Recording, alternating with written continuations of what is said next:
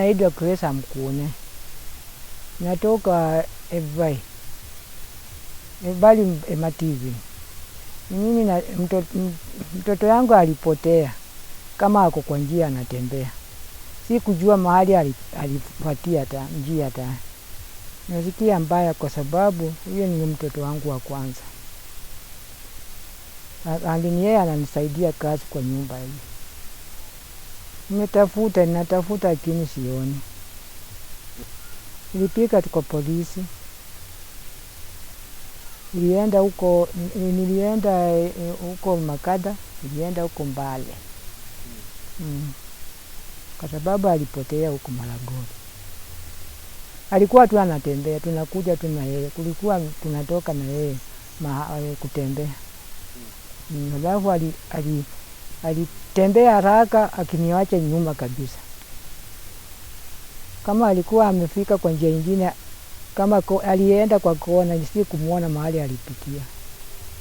Kuja hapa nikipata kama hakuna hapa. Jina yangu naitwa Beatrice Ongachi Maina. Huyo mtoto alipotea tarehe 7. Huyo mtoto ni mtoto mzuri, sio mtoto mwenye iko na kisirani. Kama namtuma naenda tu pole pole. Naitwa Mwalimu Ruben Nanga. Nafunza katika shule ya walemavu ya Mustinyi Special School, na tumesikitika sana kuhusu ripoti ya kupotea kwa mwanafunzi ambaye anaitwa Alex Malalu, ambaye anatoka katika sehemu ya Ebobai Emativini. Alex Malalu ni mwanafunzi ambaye tunakaa naye shuleni vizuri, na wakati ripoti ilikuja ya kwamba hayuko na amepotea, tulisikitika sana. So tunaomba wahisani na wale ambao wako na heri njema, wakiona mtoto ambaye anaitwa Alex Malalu, atujulishe ni mtoto ambaye anaweza jieleza jina na pahali ambapo anatoka. Tungependa tupate ripoti ndio shule iweze kufurahia.